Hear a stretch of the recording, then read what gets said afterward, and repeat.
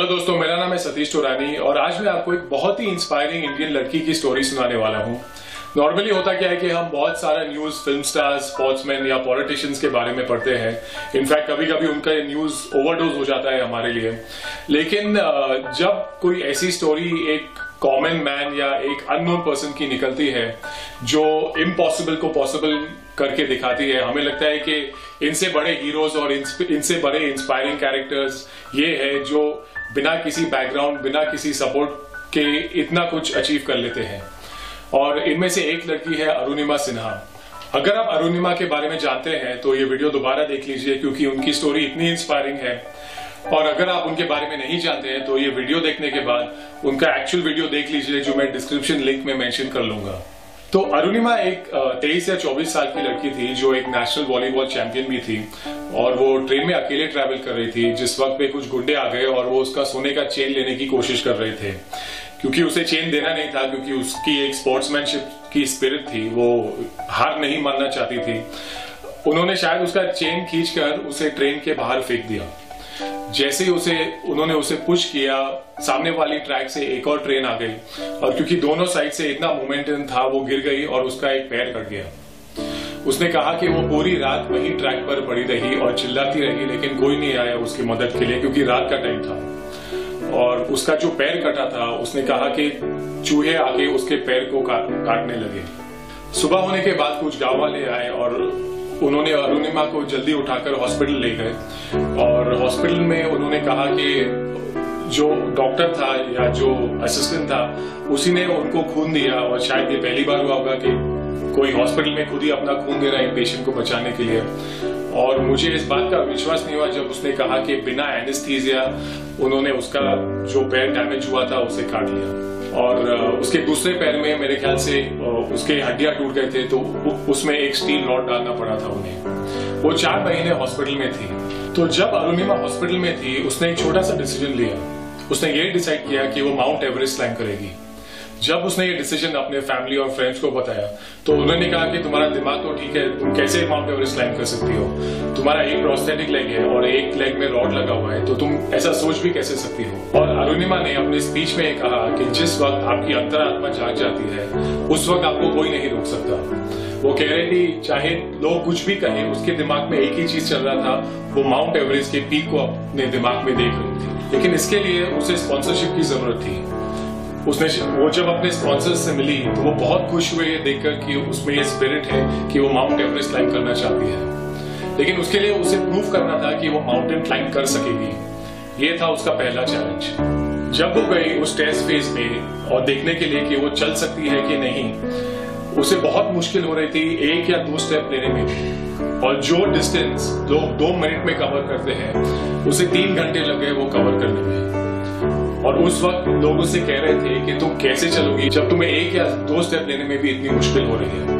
और उसने एक जवाब दिया कि ये मेरा पैर है, मैं जानती हूँ कि ये कैसे चलेगा। उसके सिर्फ 8 महीने बाद वो उन लोगों से ज्यादा तेज चलने लगी जो उस फेज में उसके साथ कम्पीट कर रहे थे। और उसके बाद उसका स्पॉन्सरशिप कंफर्म हो गया। लेकिन उसके इमीडिएटली बाद आया उसका दूसरा चैलेंज। वो जब अपना आर्टिफिशियल लेग आइस पे रखती तो वो फिसलने लगता।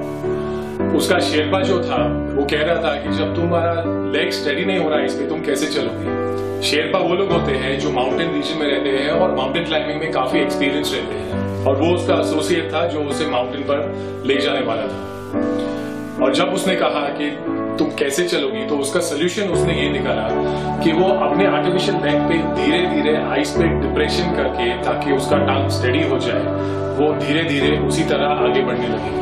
और इसी तरह वो कैंप 3 तक पहुंच गई और उस वक्त रात का टाइम था। उसने कहा कि माउंटेनियरिंग जहां तक हो सके वो लोग रात को करते हैं क्योंकि वेदर थोड़ा कंड्यूसिव, थोड़ा शांत रहता है। और रात के टाइम होने की वजह से उसने एक हेलमेट पहन रखा था अपने सर पे। और उसने कहा कि वो जहां भी अपना हेलमेट टर्न कर रही थी और लाइट के थ्रू उसे हर जगह डेड बॉडीज दिख रहे थे। और ये वो लोग थे जो नॉर्मल थे, जो कंपैरेटिवली काफी आसानी से उसके कंपैरिजन में माउंट एवरेस्ट चढ़ सकते थे, लेकिन वो मर चुके थे, चाहे वो एक्सीडेंट की वजह से हो या ऑक्सीजन खत्म होने की वजह से। उसने कहा कि एक बंगाली आदमी था जिसके कुछ लास्ट ब्रेथ्स थे और वो अपना हाथ ऊपर कर रहा था लेकिन उसे कोई मदद दे नहीं पा रहा था। और वो सब देखकर वो पूरी की पूरी 10 या 15 मिनट के लिए फ्रीज हो गई। उसे समझ में नहीं आ रहा था कि उसे क्या करना चाहिए। और इस वक्त उसके दिमाग में ये चल रहा था कि उसकी माँ ने उसे एक बार कहा था कि कभी कभी लाइफ में ऐसी सिचुएशन आ जाती है कि जब आपको अकेले ही एक डिसीजन लेना पड़ता है कि मैं आगे बढ़ूं या नहीं बढ़ूं। उसका शेरपा जो था वो कह रहा था कि वापस चलो, अगर चांस मिला तो दोबारा हम वापस आ जाएंगे।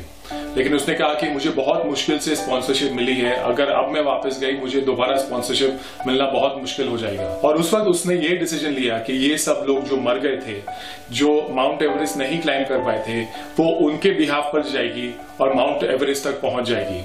और उसके 1 से 1.5 घंटे बाद वो पीक पर पहुंच गई। ये था उसका तीसरा चैलेंज जो उसने ओवरकम किया।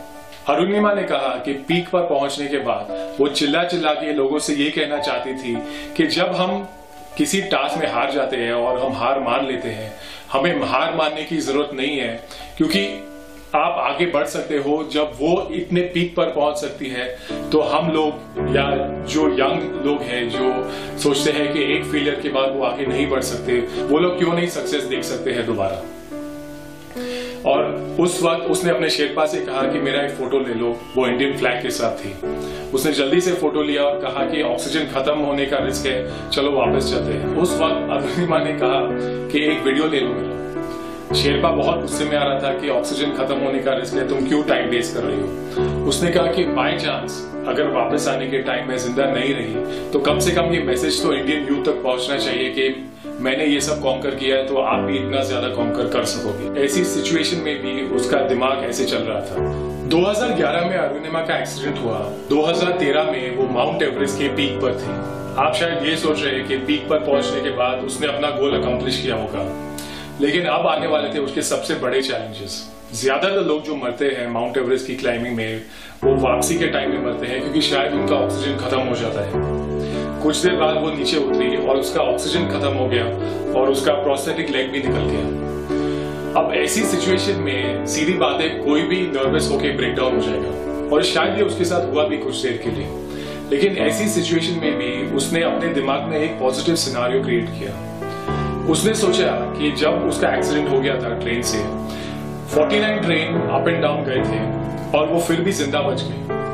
और वो इसीलिए हुआ क्योंकि भगवान ये चाहता है कि वो कुछ हिस्ट्री क्रिएट करे इस दुनिया में। एक फॉरेनर आ रहा था जिसके पास एक एक्स्ट्रा सिलेंडर था और उसने वो सिलेंडर अरुणिमा को दिया। उसके शेरपा ने कहा कि तुम बहुत ही लकी हो कि ये तुम्हें इस वक्त पे मिला है। लेकिन अरुणिमा की एक फिलॉसफी है कि लक भी उसी का साथ देता है जिसमें जीतने का जज्बा हो। उसने ये अपने स्पीच में कहा। वो जब धीरे धीरे वापस आ रही थी, उसने कहा कि उसके हाथ के कलर ब्लू होने लग गए थे, जिसका मतलब है वो एक बहुत ही रिस्की सिचुएशन है। हो सकता है कि वो बॉडी पार्ट को एम्पुटेट करना पड़े। उसके दिमाग में चल रहा था कि अगर उसका एक टांग भी नहीं है, अगर उसके हाथ को भी कुछ करना पड़े तो कैसा होगा। उसके शेरपा ने कहा कि मुझे विश्वास नहीं था कि तुम इस पीक पर पहुंच सकोगी, अब तुम्हें किसी भी तरह नीचे तक पहुंचना ही पड़ेगा। वो किसी भी तरह नीचे अपने पैर को घसीट कर ऑक्सीजन सिलेंडर के साथ फाइनली अपने डेस्टिनेशन पर पहुंच गई। जो लोगों को 15 से 16 घंटे लगते हैं पहुंचने कंप्लीट करने में, उसे 28 घंटे लग गए। और नीचे पहुंचने के बाद लोगों को विश्वास नहीं हुआ कि वो वहां से जिंदा वापस आई है। सब लोग सोच रहे थे कि वो मर चुके थे। अरुणिमा ये कहती है कि अगर आपको कुछ अकम्प्लिश करना है तो आपको उसके बारे में एक ऑब्सेशन, एक पागलपन होना चाहिए, तभी आप उस चीज को अचीव कर पाएंगे। और अगर आपके पास वो ऑब्सेशन दिमाग में नहीं है तो आप हमेशा बहाने ढूंढते रहेंगे कि मैं ये क्यों नहीं कर सकता। उसकी स्टोरी की सबसे बड़ी बात यह है कि सब कुछ उसका कुछ भी थियोरेटिकल नहीं है, सब कुछ उसकी प्रैक्टिकल एक्सपीरियंस है। और इतने कम उम्र में, 26 साल की उम्र में इतना कुछ होने के बाद उसने ये सब अकम्प्लिश किया है। उसने ये जो स्पीच दिया था, मुझे उसमें सबसे बड़ी बात ये लगी कि वो हर स्टेज पर एक बहुत ही लाइफ एंड डेथ सिचुएशन को फेस कर रही थी, एक लाइफ एंड डेथ चैलेंज को फेस कर रही थी। और उसी इंस्टेंट में उसने उस सिचुएशन को कैसे ओवरटर्न किया और हर प्रॉब्लम को एक चैलेंज में कन्वर्ट किया जो उसने ओवरकम किया। इस स्पीच में जो सबसे बड़ी बात है वो अरुणिमा ने ये कही थी कि विकलांग आदमी अपनी बॉडी से नहीं होता है, जो नॉर्मल इंसान यहाँ से विकलांग है वो भी विकलांग है। विकलांग का मतलब है हैंडीकैप, और शायद इसीलिए हम कुछ ऐसे फिजिकली चैलेंज्ड लोगों को देखते हैं जो इम्पॉसिबल को पॉसिबल में कन्वर्ट कर देते हैं। दोस्तों, जैसा कि मैंने कहा, ये पूरी की पूरी स्पीच मैंने अरुणिमा की रिपीट की है आपके साथ, और मेरा रिक्वेस्ट है कि अगर आपको ये पसंद है इसे शेयर करिए, क्योंकि कुछ स्टोरीज ऐसी होती है जो, जैसे मैंने कहा, ये कोई फिल्म स्टार या क्रिकेटर उस टाइप के हीरोज नहीं है जिसे हम रोज देखते हैं, रोज आइडलाइज करते हैं, लेकिन इन लोगों की स्टोरीज मैं समझता हूँ ज्यादा से ज्यादा लोगों तक पहुंचनी चाहिए, क्योंकि ये एक कॉमन लेवल से, जो जैसे हम और आप है, उसी लेवल से निकलकर कुछ इम्पॉसिबल को पॉसिबल कन्वर्ट करके दिखा देते हैं। और मुझे पूरा यकीन है कि अगर ज्यादा से ज्यादा लोग इसकी जो वीडियो है देखेंगे, वो किसी न किसी लेवल पर तो इंस्पायर होंगे अरुणिमा से, और जरूर उनकी जिंदगी में एक पॉजिटिव चेंज लाएंगे। तो ये वीडियो देखने के लिए थैंक यू वेरी मच, और मैं अरुणिमा को भी पर्सनली थैंक यू कहना चाहूंगा हम सबको इंस्पायर करने के लिए, and I wish her all the very best. और मैं चाहूंगा कि मैं उसका अगला वीडियो बहुत जल्द देखूं कि उसने अगला क्या भी कॉन्कर किया है। I will see you in the next video, take care.